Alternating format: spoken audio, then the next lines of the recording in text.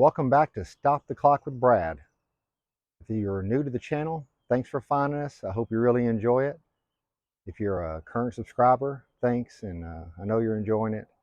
And if you haven't subscribed yet, if you like it, please do. And if you like this episode, bam, hit that thumbs up. All right, look at my shirt.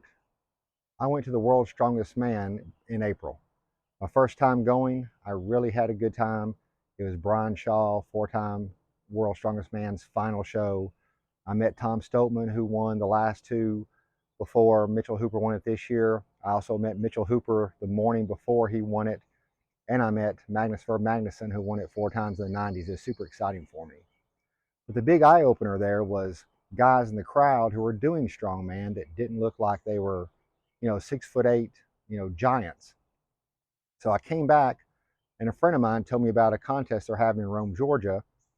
Checked into it. For my weight, I'll be a middleweight, and my deadlifts and overhead presses, they're right in line with me having a chance to actually win. So I've entered my first strongman competition. That's going to be later this summer in August. But I'm not doing a video about that. After training for it a few times at the facility, I realized something that I'd never thought of, and I've never seen it appear on any type of longevity channel. That strongman is probably the best sport there is for longevity. I know, I'll pause because you're going to think that sounds crazy. Oh, but they beat their bodies up so much. They do, but we don't have to. Let me just take you through some of the events and tell you why I think it. Most of these events came from real life. There's something called the Husafelt stone where they carry this big stone around. That came from an actual farm in Ireland. So here's some of the events. There's the Viking or overhead press. So think about this as we get older. How many of us have seen people on airplanes struggle putting their 20 or 30 pound carry-on bag up above their head? How many times in our home do we have to put something up on a shelf? Being strong and functional up here is great for growing older. What about the farmer's walk? You're holding 2 heavy things as you walk along a course. Well, how many of us were carrying a big bag of that big cat litter deal? We're carrying our groceries. We're carrying our luggage. We need to have some grip strength to do that.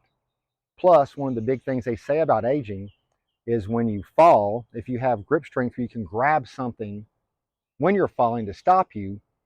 That could really stop you from having a catastrophic hip break. So grip strength is a great thing to do. That goes right into some other events that they have where you hold the big towers out beside you, right? That works on your grip strength as well for when you age. Things like the deadlift that we do, we pick it up in the deadlift position. How many times do we need to pick things up? And you've heard of tons of stories of people who put their rounded back, picking something up, and they hurt their back. Proper deadlift technique teaches us to start with our legs and continue through our back when it's in a safe and strong position. There's going to be a keg loading. It's an awkward, kegs are awkward. There's a handle, there's not a handle, there's round. You have to pick them up and load them. How many things in life do we need to pick up and place somewhere that are perfectly symmetrical with handles? 15, 20% maybe? Again, this is teaching me how to open my legs, put my back in a strong position, and pick something up using my legs and doing it safely. So there's all these different strongman events that you see, loading the stone, carrying something heavy.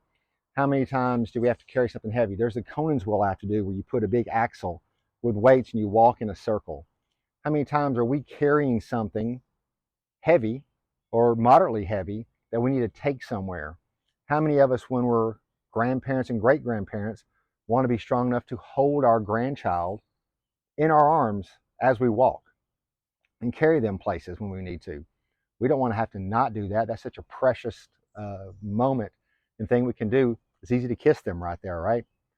And so I know it sounds crazy at first, but working these strongman exercises makes us more ready for as we age and the things we do in everyday life. You're saying, okay, Brad, but I'm not going to go to a strongman gym and train. You don't have to. Holding moderately weighted dumbbells and walking around, that's a farmer's walk. Carrying your groceries, that's a farmer's walk. You can find things around your house that can use your grip strength just for walking around. If you have something you can grab onto and hold, being able to hold for 30 seconds to 60 seconds is a great marker of longevity. That's something you can do on a pull-up bar. A lot of us have these pull-up bars in our house that you can put in a doorway, or you do have it at your gym. There's all these different things that we can do squatting. Even if your knees aren't great, just sitting down in a chair and standing back up with your body weight for multiple reps is great exercise. If you have little dumbbells and you get stronger, hold them in your hands coming up out of the chair. Eventually you'll get strong. You won't need the chair anymore. So there's lots of things you can do at home, especially if you have bands, putting the band around your neck, your hands through your legs, squatting, deadlifting, those kind of things. There are things you can do around the house, or especially if you belong to a gym, you can simulate these exercises. The gym I go to is not a strongman gym, but I found ways to use the implements there to mimic them. The cable pull, like you're doing push downs, those things, if you have two of them, you can just load the weight up, hold it in your hands, hold it for as long as you can. That will help your grip strength. Squatting with a dumbbell, holding a dumbbell here and squatting, that mimics these exercises. So there's lots of ways to mimic strongman training to make us more functional in the world.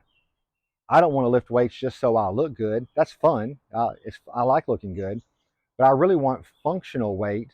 So in my job, I'm able to do things and do it safely. Helping people. If you're helping someone move, you want to be able to do that and not hurt yourself while you do it.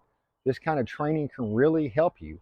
So I encourage you to Google and look up these types of exercises and see maybe if you can implement them into how you train to make your training more functional. Having big biceps is great, but you really want those arms to be able to help you in your life when you are carrying those groceries, when you do have to move furniture or pick something up at home, carrying that big bag of Costco dog food. You want to be able to do that. You want to be able to pick it up out of your cart and safely put it into your car. So that's what I wanted to talk about this week. It's a weird subject to talk about, but it's something I never thought about doing until I actually got into it. And I realized even if I don't do any more contests, I just want to really do this one at 50 to say I've done one. I want to keep doing this kind of training so I can keep that functional strength as I age. And again, keep that health span getting closer and closer to my lifespan.